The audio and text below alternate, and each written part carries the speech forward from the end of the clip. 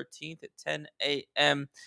Eastern. Welcome everybody. I got a good video for you guys today. This is how to start a sports card business with $1,000. Have you guys kept up with Con Knuppel and Cooper Flag? Their values are plummeting. I hate to sit here and say I told you so. I hate to do that, but I told you so. What goes up must come down. I know it's hard to believe when a player's so hot, but it's just how it always goes. I also had an interesting conversation with one of my students who yesterday, he's on, he sold a few companies. He's on the wealthier side of things, I guess you could say. I had an interesting conversation with him about the types of people getting into sports cards. And he belongs to an investment club that's like 50 grand a year. And like people in there really want to get into cards. So it had me thinking really rich people, obviously they're not here to make a few $1,000s a month. Like what's in sports cards for them, or how can I make that possible? Had me thinking about it. Something on the back of my mind.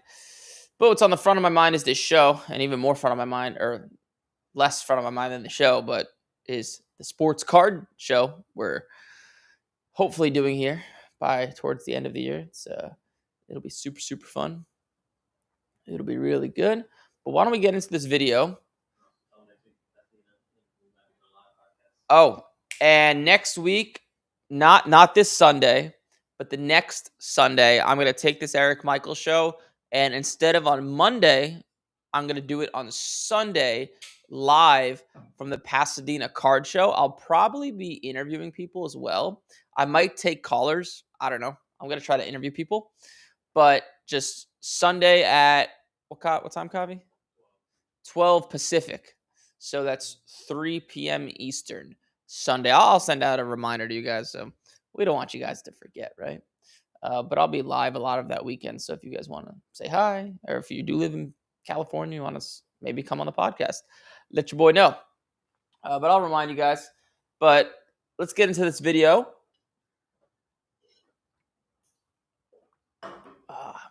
This is how to start a sports card business with $1,000.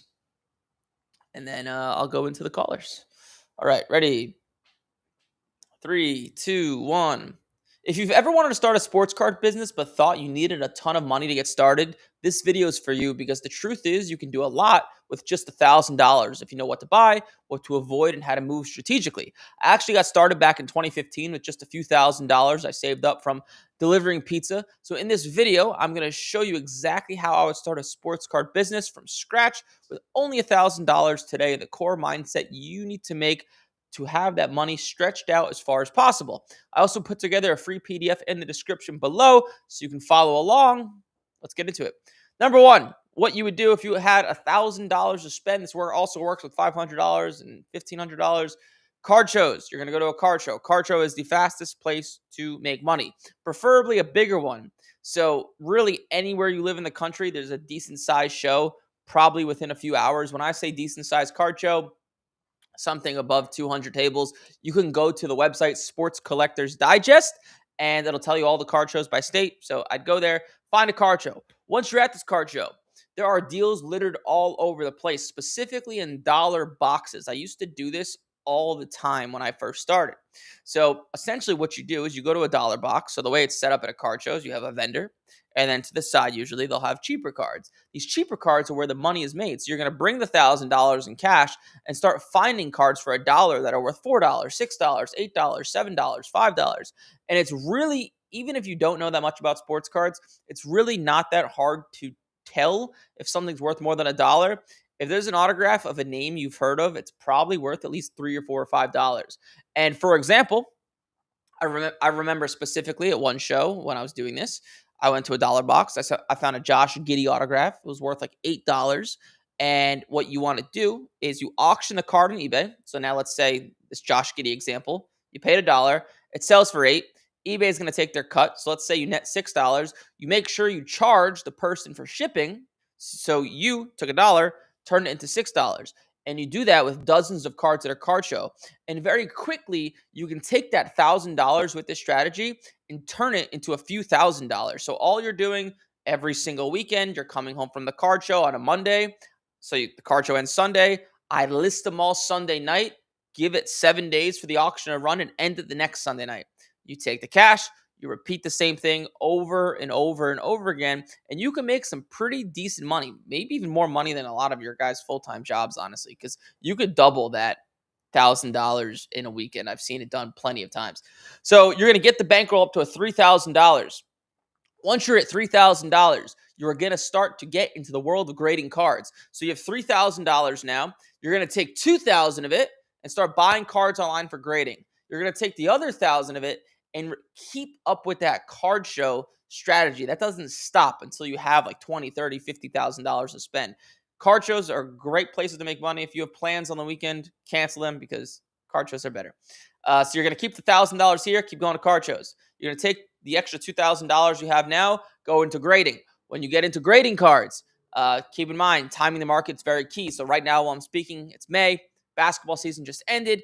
I'm starting to buy basketball. I'm also buying guys like Bo Nix and Jaden Daniels in football and guys that are low. I'm buying low, sending them off for grading, and I'm buying cards on average worth about $100. So you want to try to buy 5 cards a week at $100, and you're going to run out of money on this side, but you won't run out of money if you keep up the card show strategy, what I'm talking about. So you keep doing that as frequently as possible to feed the grading machine. Nothing's going to make you more money than grading a card. You could buy a card for $100, get it graded and sell it for $300-$400. Nothing will beat that, I promise. So you're doing this to feed this. And you want to keep doing this strategy, the grading, until you start to get cards back. It'll take about 2 months, maybe 3 months. You have to keep up the card show strategy for at least a few months. And once you start to get cards back, if you know what you're doing, you should be able to double, triple your money. And now you have even more money and you put it back in a grading. So you're essentially, what you're doing is you're doing this card show strategy with the dollar boxes to feed this strategy, grading cards, that makes much more money. And you want to build up what I call the avalanche or snowball effect. If you're buying 5 cards a week and you're staying consistent, and let's say each card costs about $100, so you're using a lower end PSA service level, yes, it might take 2 to 3 months to get back to you, but if you're staying consistent, once these cards start to come back in 2 months, they're going to start coming back every week. And you take the money, you take the cards, you sell them, you make money, and you replenish over and over and over again. So you, at a certain point, when these cards start to come back to you, and as long as you're being consistent, you won't even realize how long PSA is taking because you have cards coming back to you every week. So that is the strategy. That is what I would do with $1,000 to keep it simple. You go to card show, dollar boxes, get that up to $3,000, your bankroll, start to get into grading. You keep doing this to feed this. Once this is fully running, you can stop going to card shows every week. It's an amazing strategy. I've seen tons of people do it. It's changed their life. You can literally make more money from your job going to card shows on the weekend, and it's a lot more fun and it takes less time and it is great. So hopefully this video makes sense. There's a free PDF down below in the description. I'll see you in the next one. Cool. Hopefully that video made sense for you folks. Now let's get into everybody's favorite, the callers. 813-618-2075. That's the phone number. If you want to call in, call in. If you don't want to call in, you should still call in.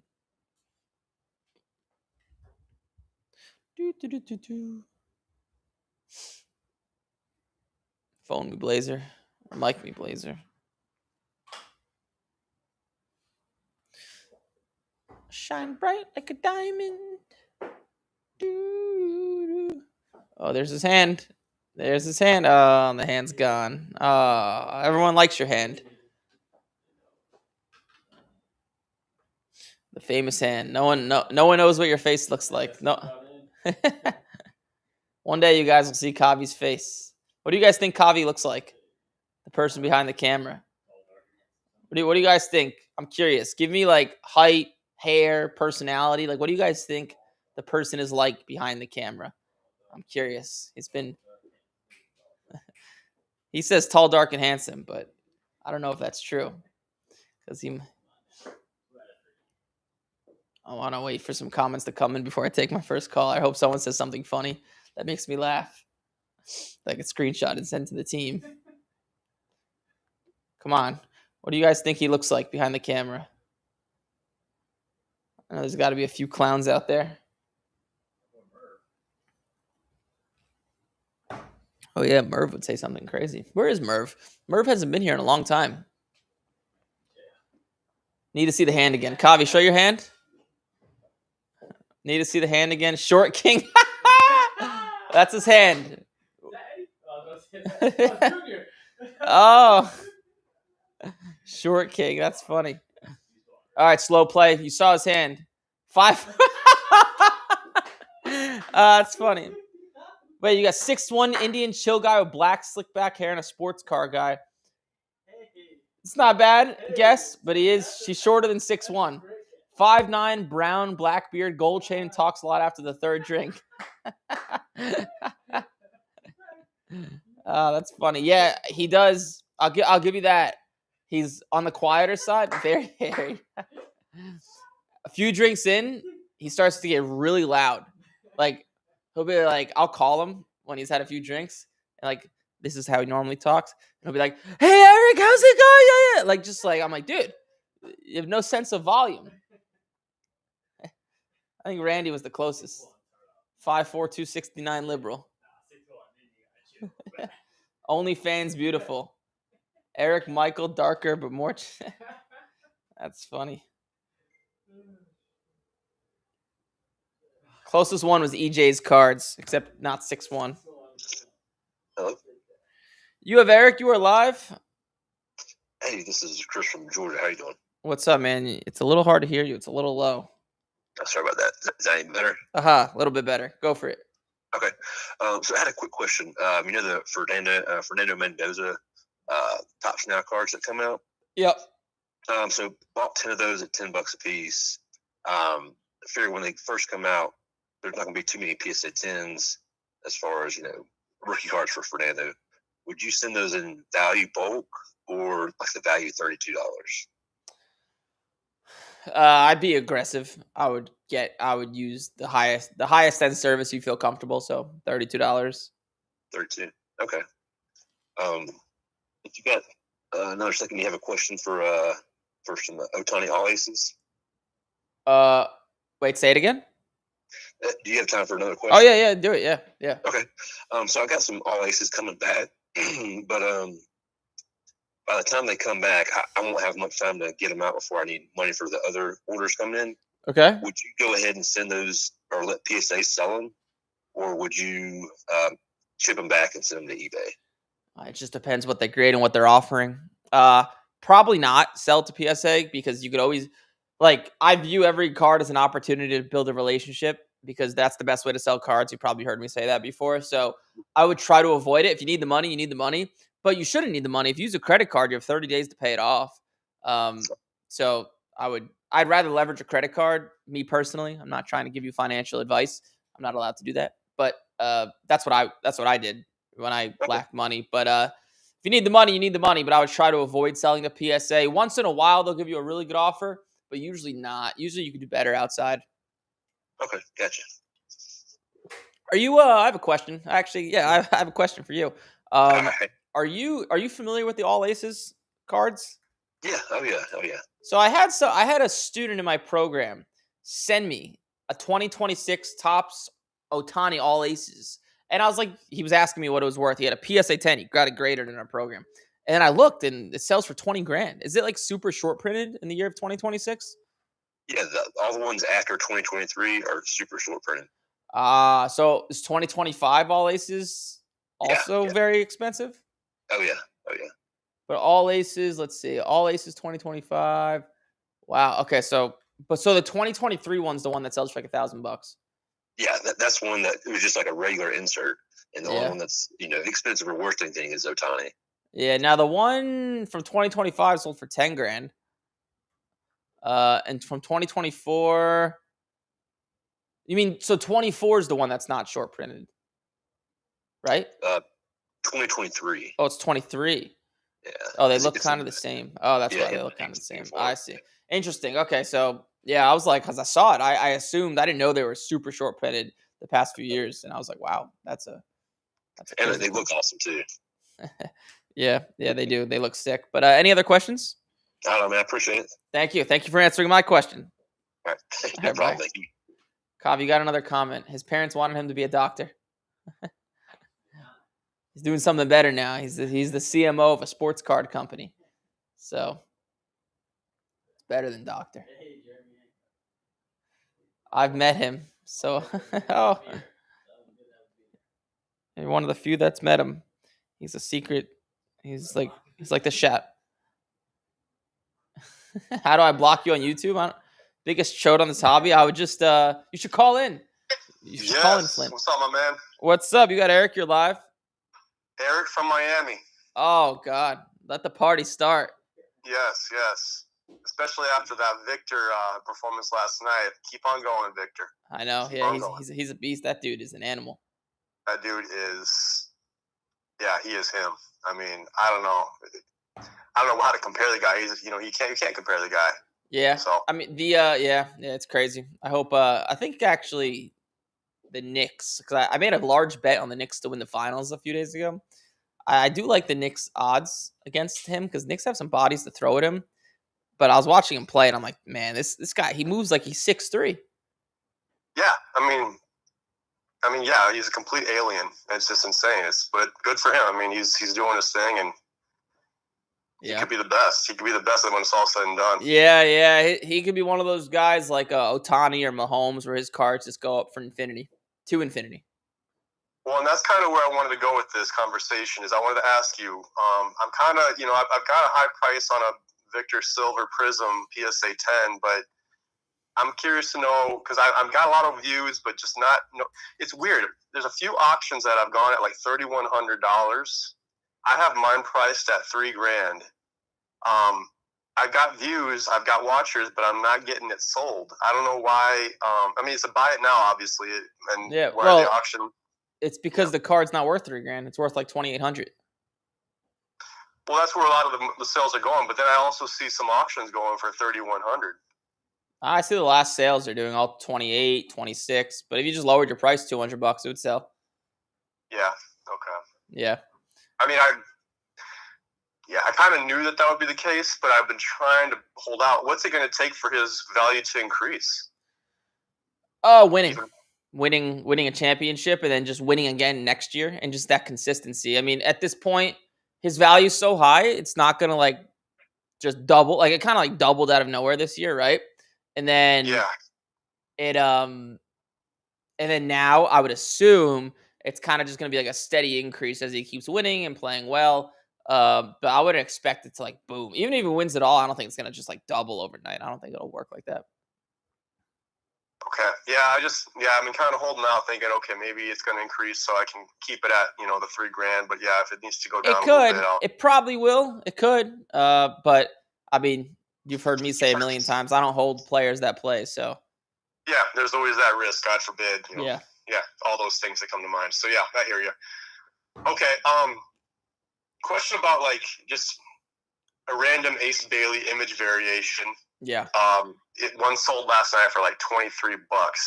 Is that kind of, especially along the lines of what you just, your first part of your presentation about how this is how you make money with cards? Is that one of those kinds of cards that maybe could, do what you're looking to have happen, where it increases, with grading, of course, it increases in value significantly. Getting a 10 by chance, and then I don't know, would you sell it before the season? Is that kind of the strategy that would potentially come into play? I need to see the exact card, but yes, that is essentially the strategy. I prefer this. This is football, baseball, and basketball. I am buying some guys like Ace Bailey and those new guys, but I prefer to go back a year or two and buy those guys, because those are the guys that are really low in value. So but those cards are harder to find a grade because they're 2 years old at this point. So for football, for example, I'd prefer to buy Jaden Daniels or Bo Nix over Cam Ward or Jackson Dart, because I believe there's more upside because their value is so low. Like Daniels is up a lot, but Bo Nix is not. Same thing with basketball. So some guys I'm buying, for some reason I'm buying Giannis. I like him. You're not going to find any cards of him to grade. But guys like Keontae George, his cards are from 2023. Right. I need to look at 2024. I don't know if there's any guys I'm buying. I got to look at my list, but yeah, I prefer to go a year back because those guys are much lower because their cards didn't just come out. So there's much more room for it to go up a lot of times. Interesting. Do you like the Thompson twins? Amen. Yeah. Thompson. Oh yeah. Those are guys I'm buying. Not Osser because he's still in the playoffs, but Eamon Thompson. I think I bought a card of his actually this past week. I think I forget. Okay. All right. So, Yeah. okay. Cool, man. Like the glasses. Well, thank you. Yeah, they're blue light blocking glasses because I'm always looking at a screen or in lights. I figured let me save my eyes. Yeah, not a bad idea. Yeah, for sure. Any other questions I could help you with? I know we're all good, Eric. Thanks again. All right. Thanks, Eric. All right. Come on, Flint. Call in. Biggest chode on this hobby. It's biggest chode in this hobby. You should call in. I want to know why you think I'm a chode. That would be quite the conversation. Maybe I am.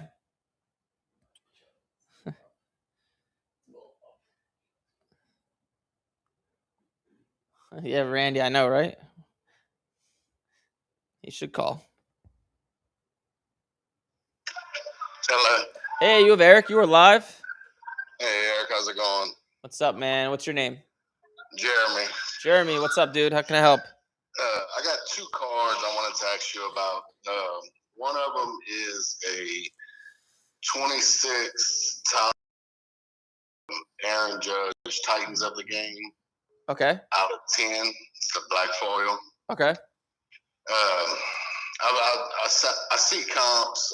I guess more of my question is, should I sell that on eBay auction or try to bring it to a card show? Card show. Card show. Okay. Awesome. And then another card, I sent you pictures of it. It's a Joe Namath booklet card.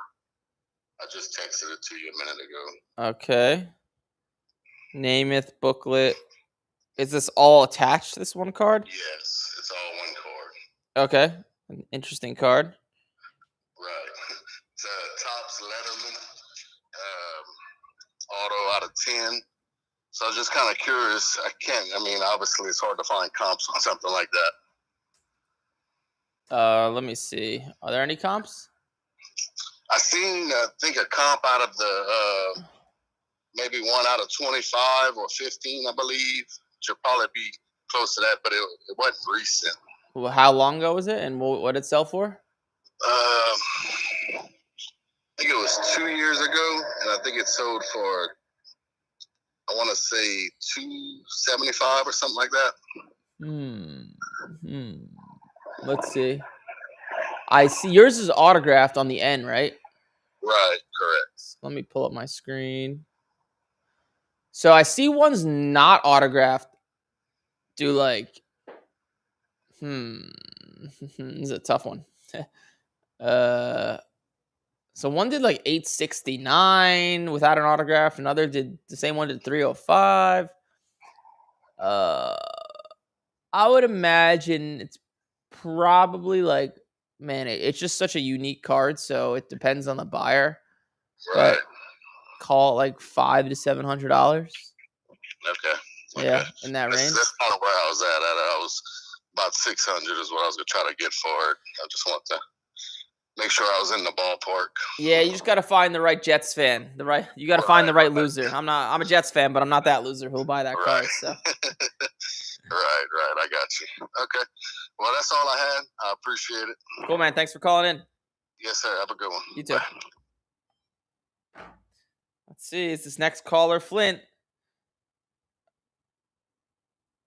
I don't know. It's probably not, but let's get a drum roll.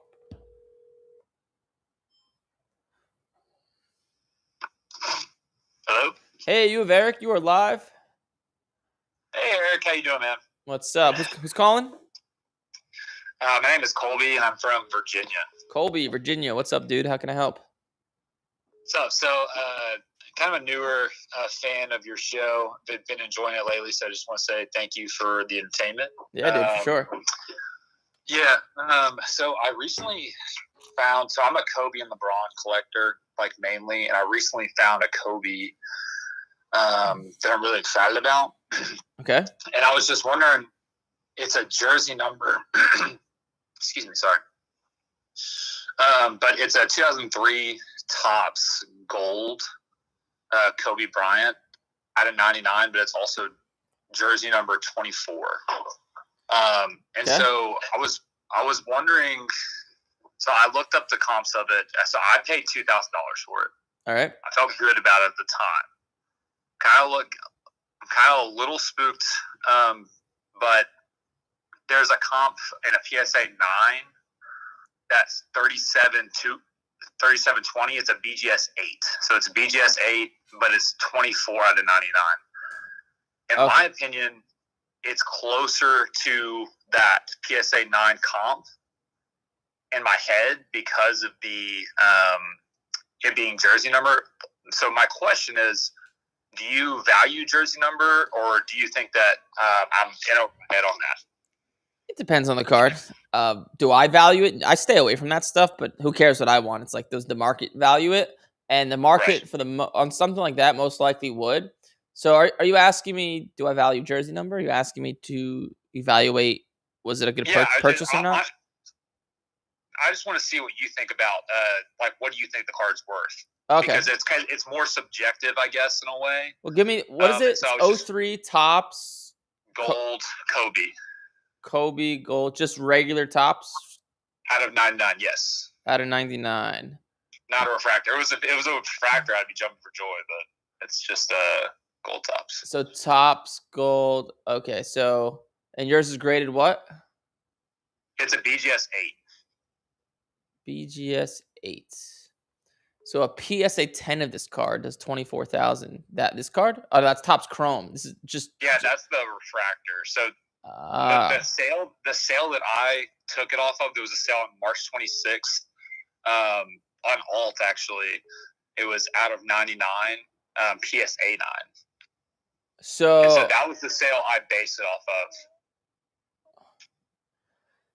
off of. Let's see. So a PSA 9 did 2,100, and then the PSA 9 a month later did 3,700. This is what you're looking at? Yeah, so it did 3,720, and that was the sale that I based my purchase on. I think I got a great deal, but I'm just wondering, like, what the market would. I mean, it's just a rare card. It's really subjective. Yeah, I would say, It's an interesting one. Would I do it? No, I don't like to buy things with recent high sales. But did you get a good deal? I believe so. Yes. Yeah, I paid $2,000 on it, and I didn't even want to pay that strong. But I felt like, BGS 8, PSA 9, they're obviously not super comparable. But I thought it being jersey number, it kind of made up for the difference. Oh, yours is 24 out of 99, right? Correct. Oh, yes. okay. So yeah, you paid well then. Yeah, that's a good deal then. Okay, sweet. Yeah, I think. I was just wondering. It's just so subjective, and I guess like stuff like Kobe and Jordan and LeBron and like, it just seems like there's always somebody that will pay more on that type of stuff. Yeah. But yeah, appreciate the time. I've been enjoying your show, the calling and stuff. It's fun to listen to throughout work. Yeah. Thanks, man, for sure. Yeah, any future questions, feel free to call in. But yeah, if you wanna sell that card for 2,100, I'll buy it from you. Don't sell it to me. I appreciate it, brother. I appreciate it. Thanks, man. Congrats on the buy. All right, thanks. All right, bye. This is Ohio. Crosby, Stills, and Nash. No, Crosby, Stills, Nash, and Young. Ohio. Hello? Hey, you have Eric. You are live. Hey, what's up, Eric? Again. So thanks for your time, man. First off. Yeah, and for then sure. I just wanted to get some advice. I'm kind of, diving into the hobby head first and trying to make it a little bit of a side hustle. I'm an avid listener of your show. And the sports card investor guy. And I've been stocking up on some cards of Derrick Henry, just because I think he's going to make that final push to become the all-time rushing leader. I just wanted to know what your thoughts would be on some of that stuff. So here's it's tough to make money on that stuff. Like his cards, he's kind of like a blue chip stock, so it is what it is. It probably won't go up or down much, but when he becomes okay, so like here's a great piece of advice that'll save you a lot of money. So when something happens like that, like inducted into the Hall of Fame, all-time rushing leader, it actually doesn't affect their value really at all, honestly. Sometimes their values go down because how many yards away is he from the rushing title? I couldn't tell you. I think we're somewhere in a couple thousand. Okay, so let me give you an example. Let's say he was 500 yards away, right? And he's not, but let's say he is. Everybody knows he's going to hit that. So it's already baked into his price. And then what happens when he wins, when he gets the all-time rushing title, what'll happen is what will everybody do? They'll sell their Derrick Henry cards and put them on the market.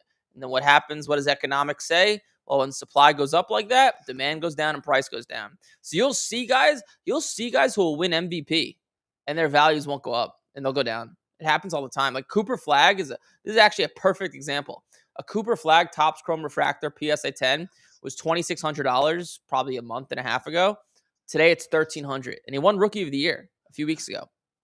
And people were calling in for months saying, "Hey, should I buy Cooper Flag? He's going to win Rookie of the Year," and it just doesn't matter. It's already baked into his price. So it's tough to make money with those cars. That's just my blunt opinion. Yeah, he's like, I just looked it up. He's like, 4,300 yards away from top end Emmitt Smith. Yeah, I wouldn't. I think there's better places to put your money. That would be my advice.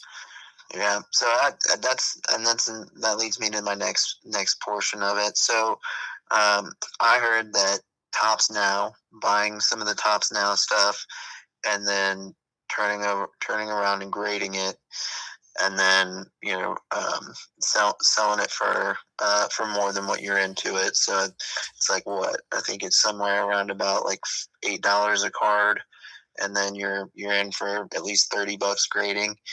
As long as you're beating out the 9 monster in that grading submission, then you should be on the up. I wanted to know your thoughts on Topps Now cards to stay away from. Like I wouldn't buy Topps Now at all. Oh, it's a death trap because just there's so many of these cards produced and the PSA 10s hit the market so fast. It's just like a race to the bottom. It's not a game you want to play. There's a saying in business that's I guess is kind of relatable. It's you either want to be the most expensive or the cheapest, nothing in the middle.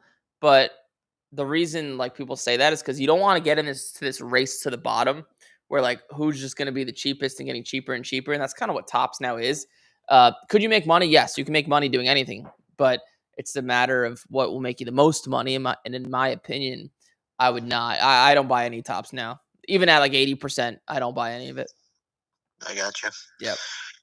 All right, so quit doing that because I got some of I ordered some of the Fernando Mendoza draft, and then I ordered some of the Cooper Flag, like youngest player to score. I don't even know, like how over 50 points or something like that. So I bought some of those, and I was planning on turning around and grading them, but I guess I'll put the pedal off of that then. Yeah, there's better opportunities out there, man. Like buying like graded like Michael Penix cards, I'd much rather do because there's big upside for his value to go up, and there will be a big demand in a few months. Just these cards get less and less demand as time goes on because the supply is so high. Gotcha. All right, and then I specifically wanted to ask you I've got one of the everybody's got a marquee item of their collection, and I've got a Victor Wembanyama Crown Jewels super short print PSA 10 as a part of my collection. It's somebody's trying to sell it on eBay for $15,000. I've got it listed on Fanatics Collect right now at $15,000, but I don't really have anything to base that off of. I just saw the guy was asking, $15,000 on eBay, so I was like, okay, I'll list it on Fanatics Collect for the same thing. But I was wondering what your realistic price would be for that specific card, and try and go from there. Let's see. Is it 2023? Yeah, it's his rookie. Is it graded? Yeah, PSA 10. So let me see. I think it makes it like 1 of 4. Oh, so okay. Let's see. Where was I? Card ladder. I would say so. The last one did $550 raw in April. It's worth more today. That card's gonna bring a big premium as a PSA 10. If I get, this is a guess. If I guessed, let me see if there's any graded copies that have sold. Hold on. No graded copies have really sold. I would say $3,000 to $4,000 would be my guess. Is what it's worth. About 4,000. Yeah, it can go 3, it can go 5, but in that range. Okay, and then that leads me to my next question. So that would be like, if I were to try and just absolutely get in the black again, that would be what I would price it at for a buy it now on it. Do you think it would be most advantageous? Because I kind of feel like the Victor Wembanyama, cards in and of themselves are just catching a lot of attention at the moment. Do you think it would be advantageous to try and auction it instead of asking 4K, or you think asking 4K is going to be the best way to get the most money out of it? Yeah, I would auction that on Golden Auctions. Honestly, that's what I would do. I had a big Wembanyama card, and yeah, you want to auction. I'm not a big fan of auctioning, but I'll auction into the hype. So like Wembanyama is obviously people want him right now. I'm a big fan of auctioning. You can negotiate with them so you get a piece of the buyer's premium. I just auctioned a gold 2023 gold Tectonic Wembanyama out of 10 select.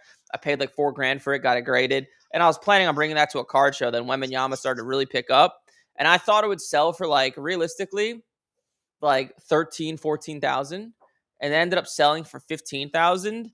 And I also got really unlucky. Remember when he got injured in the first round? Yeah. My card literally ended in auction like a day later or 2 days later. So it probably would have went like 17, 18 grand.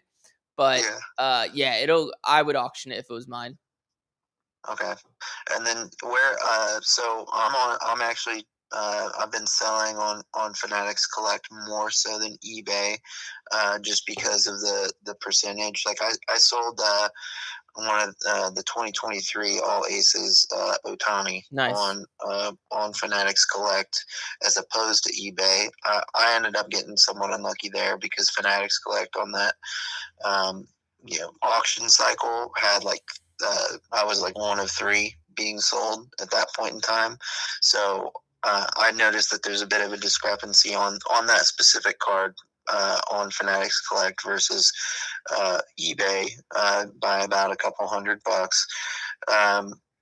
When people are selling it and everything. So I ended up auctioning it off. I got a little bit unlucky with being 1 of 3 being sold that auction, so I ended up getting like $1,200 out of it. Okay.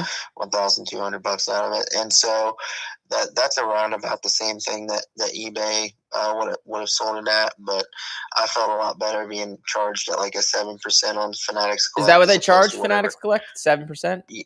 Yeah, so that's where I've been pushing my stuff towards, and that's why I've got that Wembanyama card listed there.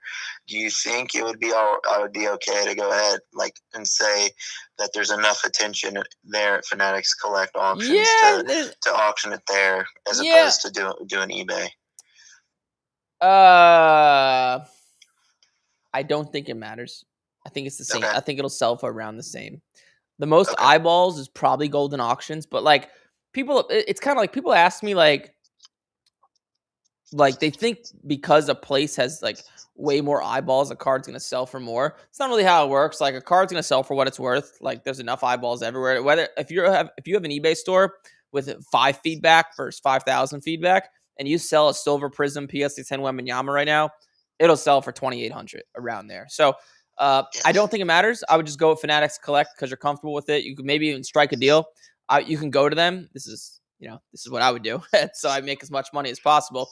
I would go to them, show them the card, and say, "Hey, I'm negotiating between you guys, Alt, and Golden Auctions. What's your best price? And they'll give you something really good because they're fiercely competitive with each other.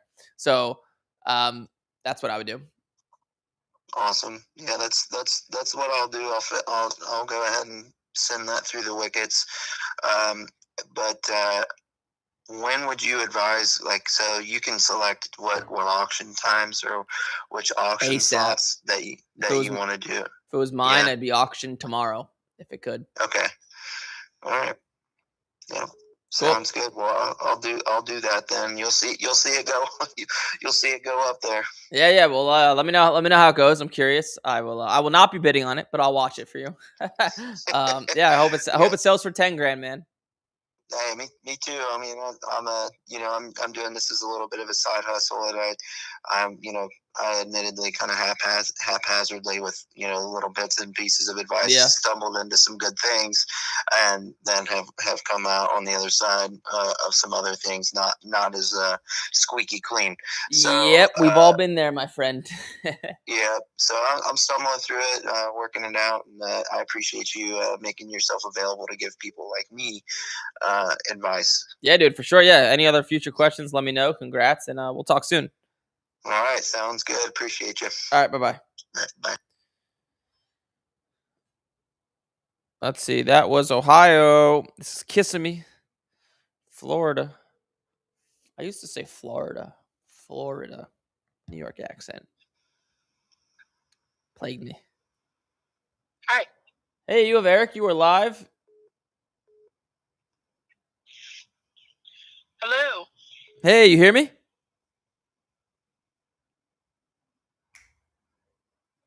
Absolutely. Thank you for taking my call. Yeah, no worries. How could I help? Yeah. So I got into an online break and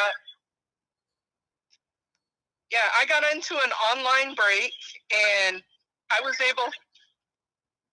Yeah, can you hear me? I could hear you. I think it may be cutting in and out a little bit, but I could hear you.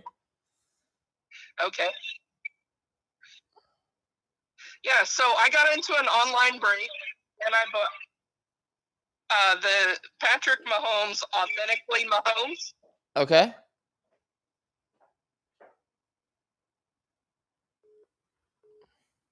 I'm sorry, buddy. It's cutting in and out too much. Maybe that was a prank call. I don't know. Not sure if that was.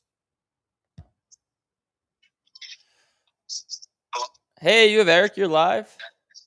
Hey, I'm kind of new to the hobby. I've sort of been collecting over the years, sort of on and off, but I don't have that crazy of a collection.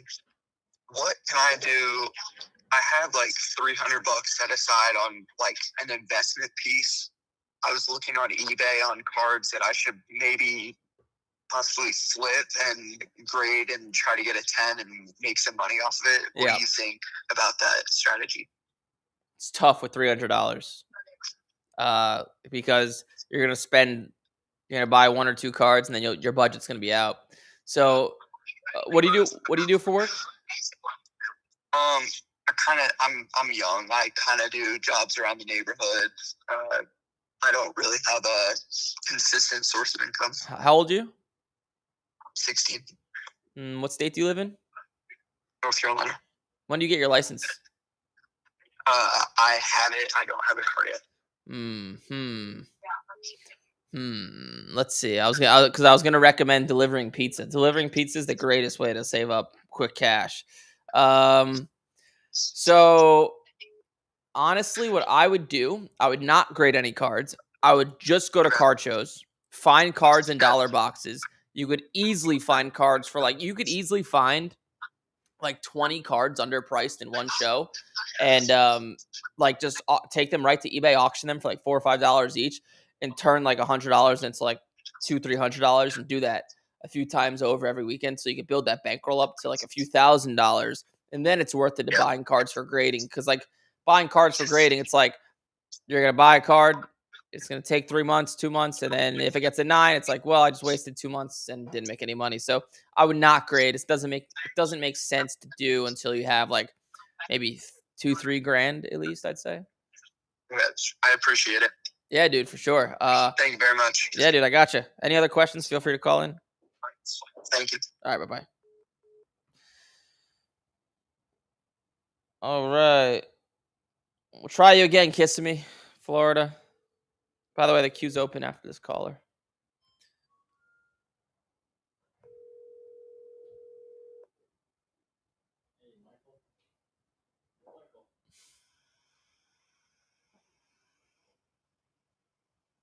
I think your connection's no good, Florida.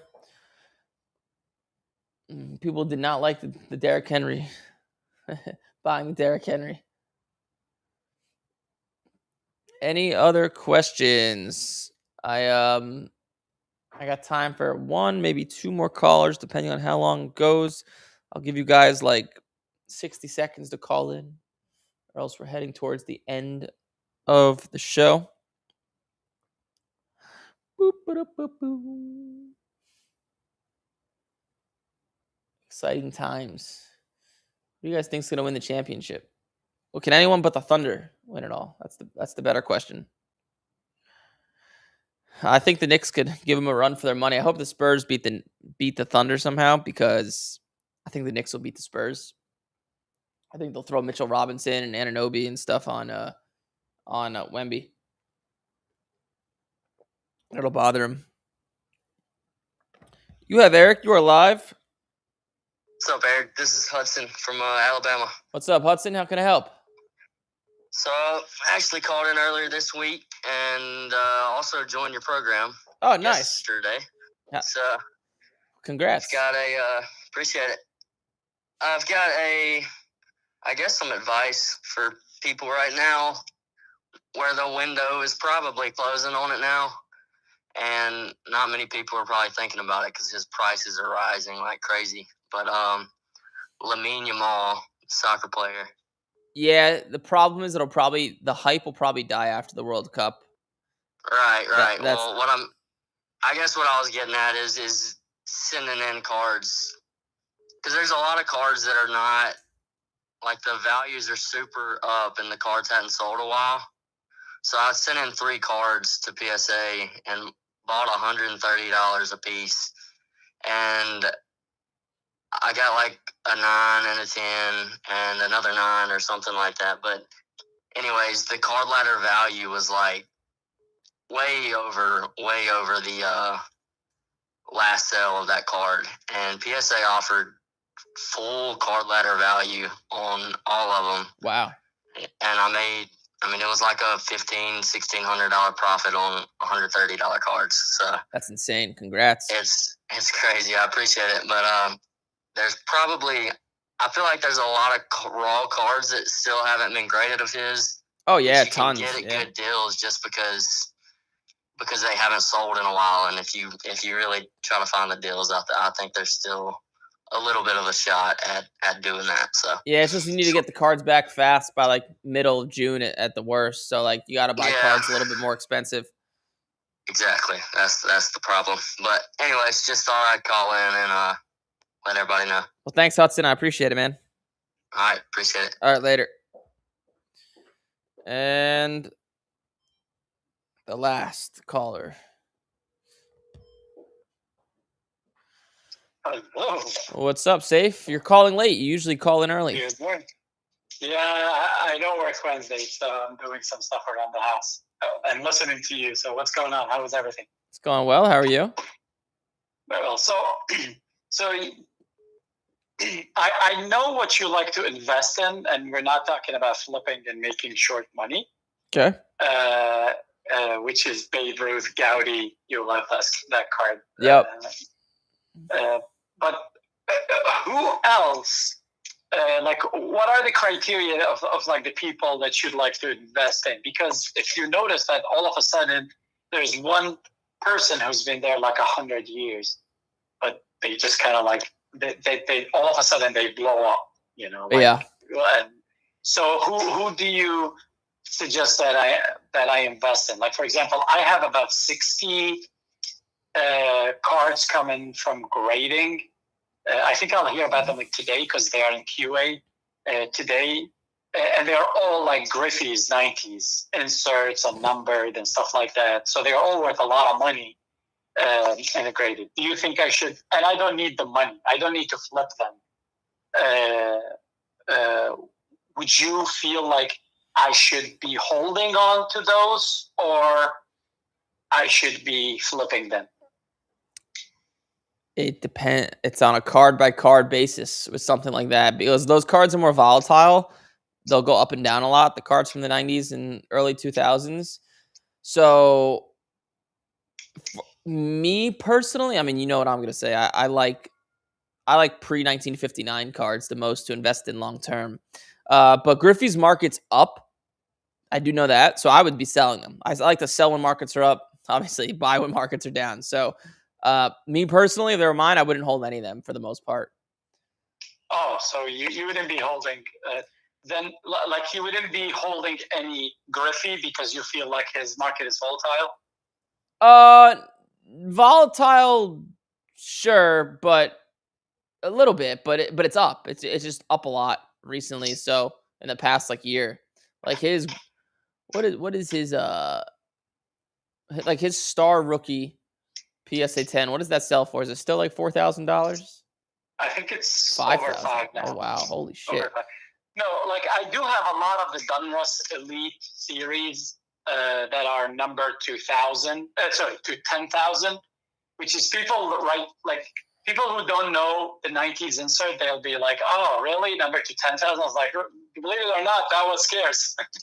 Yeah, I know. So I do have a lot of those rookies. I got I had a huge deal with a collector that I grabbed, and it's a good deal. Like I bought them all raw. The only problem is that, which is hopefully I don't get screwed over, is that most of them were in screw down stuff. So some of them gets damaged from that. Got it. Yeah, that makes sense. I'm looking at this Griffey, and it depends. Anything with a high pop PSA 10 or 9, I would sell, actually. So I'm not a big believer in the 1989 whatever it's called, the Upper Deck Star, because the pop count, this card's going up and up, but the pop count is so high. I just think there's a lot of room for it to go down as well. There's, oh my God, there's been 194,000 of them graded, and there's 4,300 10s in existence. So I would just rather have a Goudy Ruth where there's the pop count's 2,000 or 3,000. So unless you have a rare Griffey, if you have a rare Griffey, different story. So it depends on the card, but for the most part, some of them are some of those are not very rare, but pretty rare, like the Nintendo one, like the Bellingham 87. The pre-rookie, and I had both versions, the blank back and the regular back. The blank back alone goes raw for $1,000, and about 300 for the regular, the one that has a back. That's the type of stuff I would hold. But I need to see where the market's at. Yeah, it's just like a card by card thing. It's too general of a question for me to give you an exact answer. Okay. But I'd probably be selling most of it.